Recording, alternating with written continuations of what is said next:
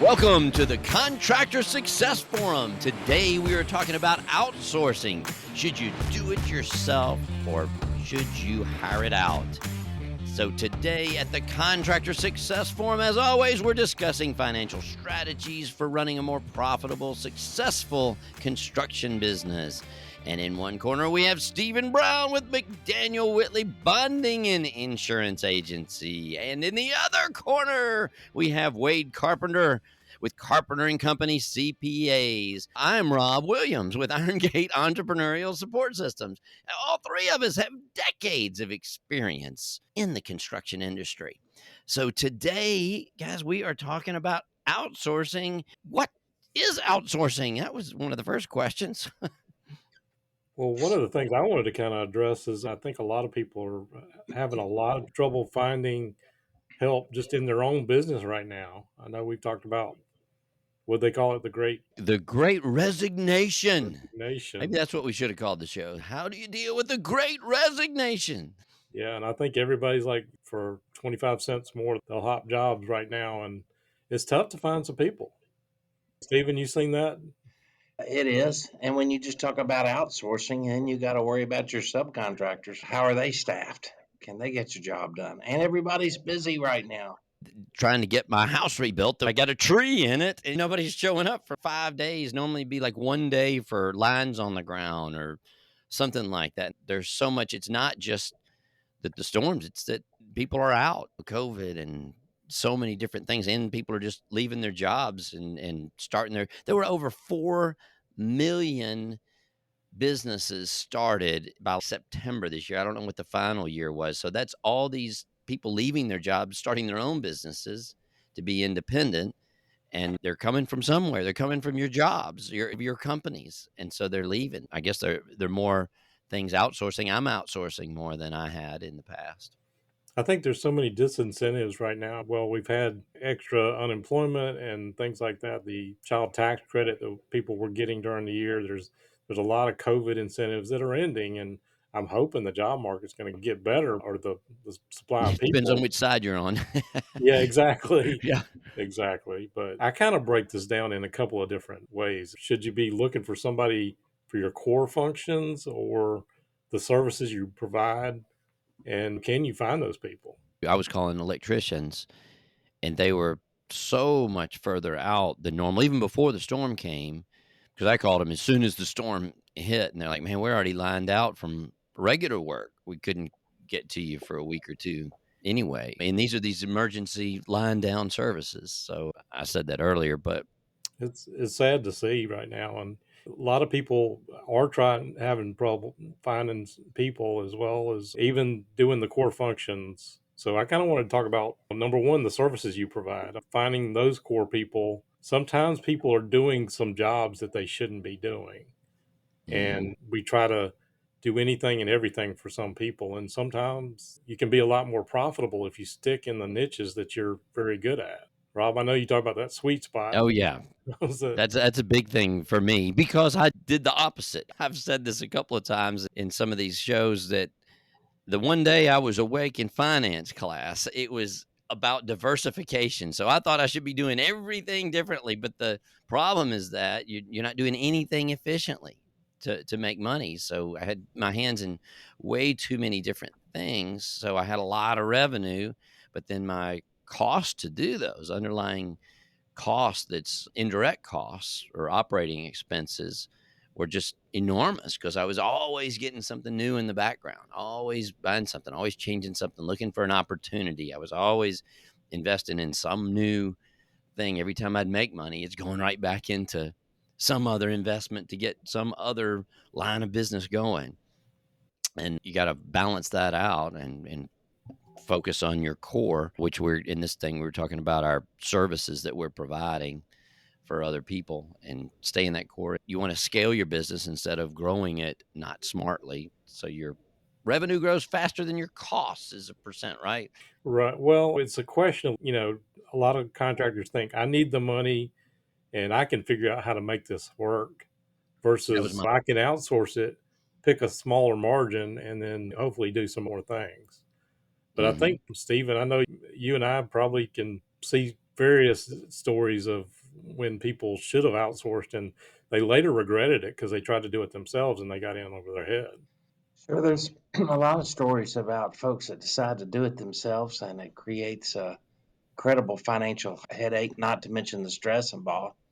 But like a good story of outsourcing, that just recently one of my customers happened to put a lot of concrete mat down in the river, and they don't do it all the time. They're contractors that do it all the time for erosion control. Anyway, it's a big deal.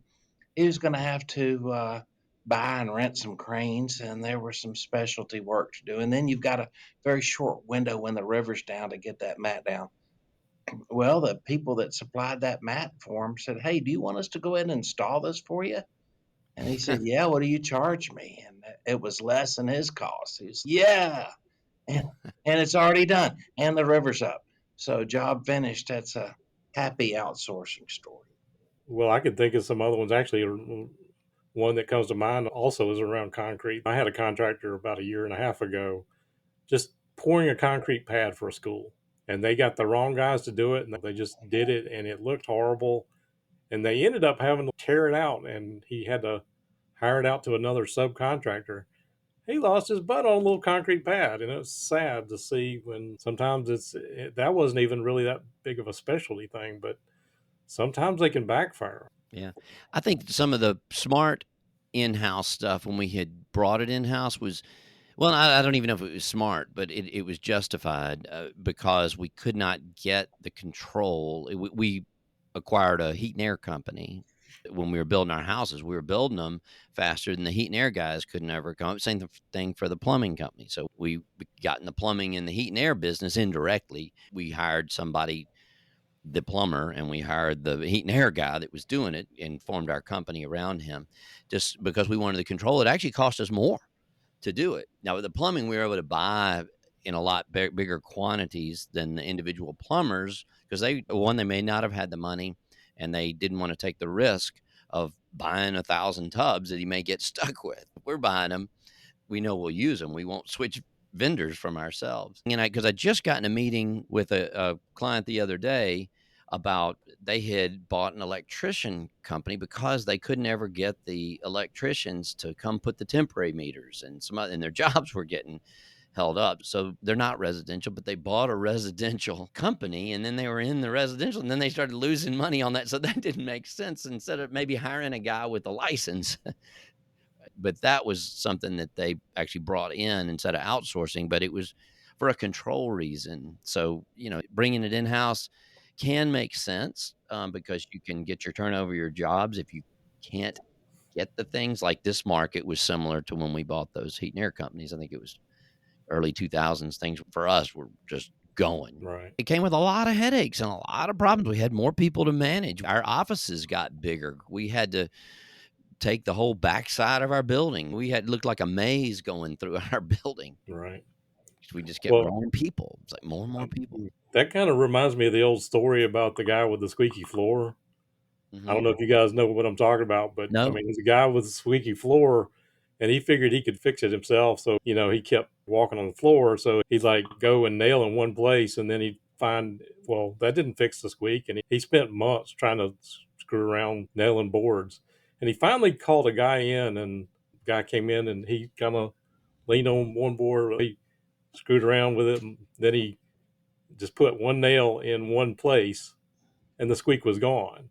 Yeah. And he gave him the bill for $100, and the guy said, "Well, can you itemize this bill?" And it was $100. So it was $1 for the nail and $99 for knowing where to nail. Yeah. They saved them tons of time if he had just called him to begin with. And a lot of times that time trying to figure it out yourself can backfire on you, and I think we've all seen it. Yeah. Well, that's a good point, which reminded me of the story with the end of the story of us hiring all the things. When things slowed down, then we had all this extra overhead, which was devastating to us. So we sold the company, but they ended up going broke eventually because they brought so many things. Well, there were a lot of reasons, but one was for bringing so many things in-house because you didn't want to fire people and you couldn't, and we didn't want to do jobs for other outside either. They weren't set up. Right. Well, when I think about subcontracting the services you provide, we'll talk about the core functions a little bit, but I think about, can you do this more profitably, or are you going to spend longer to do it? Is it going to cost you a lot of those things you were saying? Is it going to cost you more in overhead to go get the Mhm. materials and all the stuff that somebody that specializes in it can walk in and just take care of it and be done with it, and you can move on with the job? But I think one of the things that Rob, Steve, I think all of us would probably tell you is take a hard look at knowing where your profitability is on your jobs. And a Mhm. lot of contractors don't have the records to really break down their job costs and find out where they're making the money. Yep. Isn't it funny how every theme of everything we discuss kind of goes back to that? Well, I know it may sound self-serving here because that's what I do, but Yeah. I really believe that's the core of making money, and knowing how much it costs you and where you're making the profit. And it is the core on the job cost, but also controlling that operating expense account to where it goes up and down. Like we were an example of great job costing, and we would project it out. But I know some other guys that were very small offices that they were maybe half our size, but when things went down, they were almost as profitable as they were when it went up because he had nothing in house, very, very little. And so he was able to go up and go down. So even in the bad years, he wasn't losing money. Our up years were bigger than anybody else's because that's what we had projected on the spreadsheet and the projections with all our job costs. But we didn't ever seem to estimate the downside as down as it would go. And so our bad years more than canceled out our up years, I think. We weren't nimble enough with that many employees where we'll call him Johnny because his name was Johnny. But he was able to go up and down and swing. And so he'd kind of just go on a lot of vacations and stuff when things got bad. He had a bunch of rental houses and things like that. So he may have had 2 guys he had to let go in the recession, not 200. Right. Exactly what you say. I think back 10 years ago with the Great Recession and how many people could not afford to keep their people on. And we all really kind of think about how much are those people in house costing you, the payroll taxes, benefits, them taking vacations and holidays and all that stuff. And as well as if you're providing extra equipment or things for them to do their job, it can add up really quickly. Yeah. So I was kind of going back to looking at our notes on discussing outsourcing of services versus the core functions you have. How is that different? Well, as far as the core functions, I think about more of the back office stuff. And sometimes you can get it done better, faster, cheaper outsourcing it. And it may surprise some people to say, when I think about the core functions like estimating, project management, accounting, legal, HR, those kind of things, estimating and project management, we think go hand in hand. But I've known some contractors that have outsourced it and they've done it well, especially if you got an inexperienced project manager versus I've seen some retired construction professionals that they just want to do it on a part-time basis, but Yeah. they can be so much more efficient. Or if you do all your own estimating, are you spending hours and hours bidding jobs and you work all day doing the jobs and then work till midnight doing estimates and paperwork? Yeah. That makes sense. It really does. I remember us trying to bring that in-house because you had to in those days. Well, I thought you had to because we didn't have the internet in the old days, and or we may have it wasn't that fast. But now, I mean, somebody's virtually working. We hired a guy to run this complicated estimating software system for us that you had to set it all up. And 2 years he was there. Actually, I really feel sorry. I'm going to call him Danny because his name was Danny, but he never got a house out. Where if we had hired the guy that sold us the software, he charged a lot to actually run it and operate for us. But I was like, we got hundreds of houses, so let's just bring this thing in house. 2 years of salary versus what that guy cost. And we would have had something the first year. He probably cost about 2 years of salary, but that would have been cheaper because we would have had something in a month rather than 2 years later. We never had that complicated system. It was not as user friendly. You had to program everything back then. Right.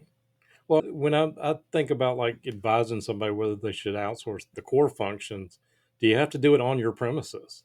I mean, Yeah, not anymore. a lot of people don't think they can possibly outsource estimating or project management or accounting, especially when you're trying to do job costing.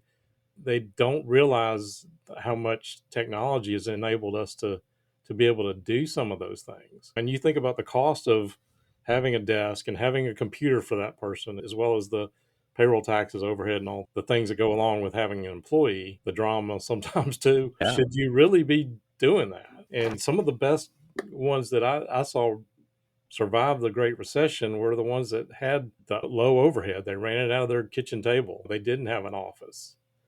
And it was a lot harder to do 10, 12, 15 years ago than it is today. Oh, yeah.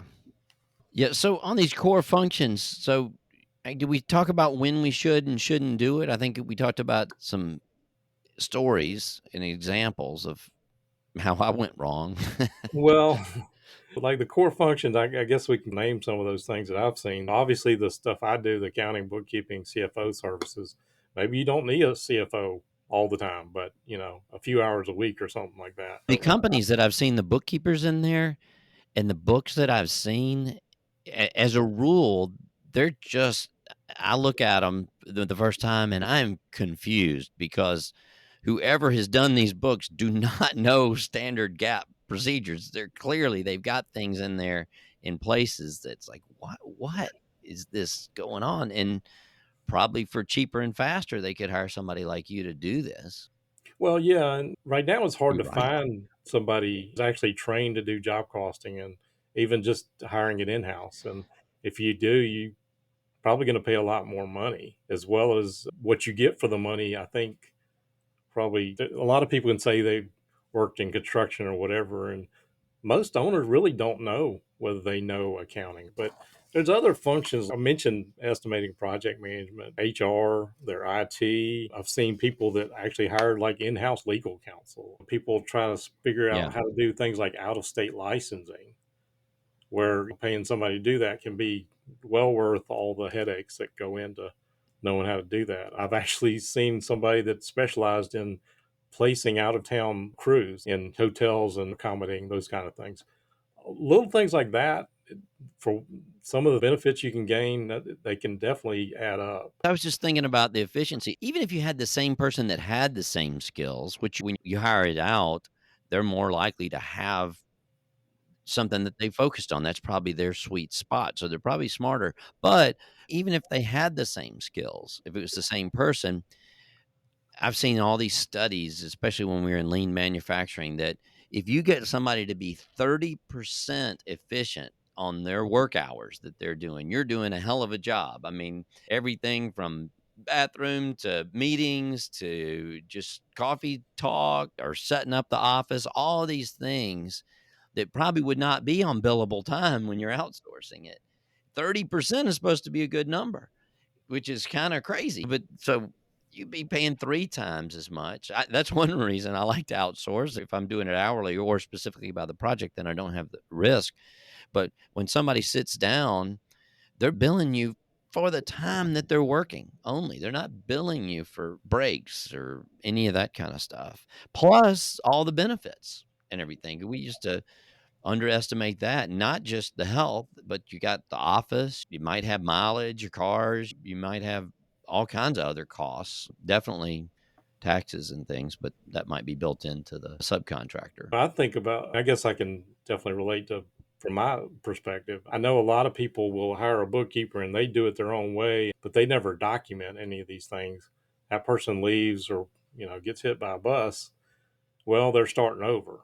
And somebody like me, or an experienced project manager or estimator, I could walk in and diagnose somebody's accounting system in a heartbeat and document all those systems for you. Whereas somebody would probably spend a few years trying to do it in your own business. Oh, yeah. I'm benefiting from that right now. One of my assistants, his island got hit by a typhoon, and so he's been out. I haven't talked to him. The whole island is out for a month, but right on clockwork. Everything was so well documented that every day we've got somebody else stepping in for him and doing that from the outsourcing company. We had a handful of things that were not, I'm not going to do it as much anymore, but they were not documented. There were some side things, I guess, that we were doing, but the main job function was really well documented that every day somebody's coming in there 4 hours a day to do his job. Right. Okay, Well, guys, great discussion. I'm sold. I want to start outsourcing. Now, yeah. we talked about outsourcing our work as a contractor, subcontractor.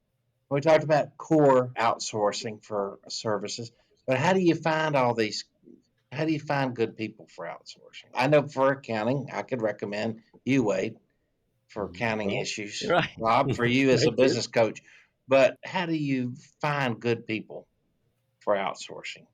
I actually found mine from referrals from other people that had been using those companies. I know you can't always get it that way. That's my favorite one when you hear a success story from somebody else. For me, I know a lot of people meet people at trade association meetings, things like that, and a lot of those people they know people or somebody that's retired, and maybe we can talk to somebody like that. But I think that's the way to go. And I guess what I'm thinking about it, since it's right around the first of the year, what I'd encourage people to do is take a hard look at what you're subcontracting, what you are doing in house versus should be outsourcing. Your core functions, a lot of that stuff is should the owner be spending extra time doing those things, worrying about accounting or estimating project management and trying to bid every job they can and spending all day working and then till midnight on their computer doing paperwork. What are you going to do different this year? That's my question. Yeah, do those things, plan for it. When you're gonna start outsourcing, start writing down what you think those people are gonna do, and once you start thinking about this for a while, especially if you can do it in advance and have a couple of months, they mysteriously start popping up because you start seeing the people that are available. And one of the other things that we like to do in Profit First, I was talking to 2 different people, 2 different clients about this is as they know they wanna hire this person, so we're making a new bank account just for that. So they're putting that money away to see how how that really impacts them. So they're getting that. And we wanted to give them a little buffer because they're gonna have a little bit of a rough start getting that person. Well, that's in-house or outhouse. It won't be as rough of a start if you're hiring it out. I didn't mean to Outhouse? say outhouse. Outhouse? Yeah. Out of house, in-house, outhouse, I don't know. I saw y'all smile there. We could spend an hour plus talking about this, but maybe we can spend another episode sometime talking about Right. finding those people because it is a problem right now. Food for thought on outsourcing. Something to think Yeah. about. Yep. It's a new year, new time to do it. New year, new way. Great. Get better, Another keep great improving. idea. Another great topic from Contractor Success Forum. That's right. There you There we go. go. And this, on that note, was the Contractor Success Forum. So go to those show notes, listen to the next episode. Thank you for listening to this episode, and we will see you next time.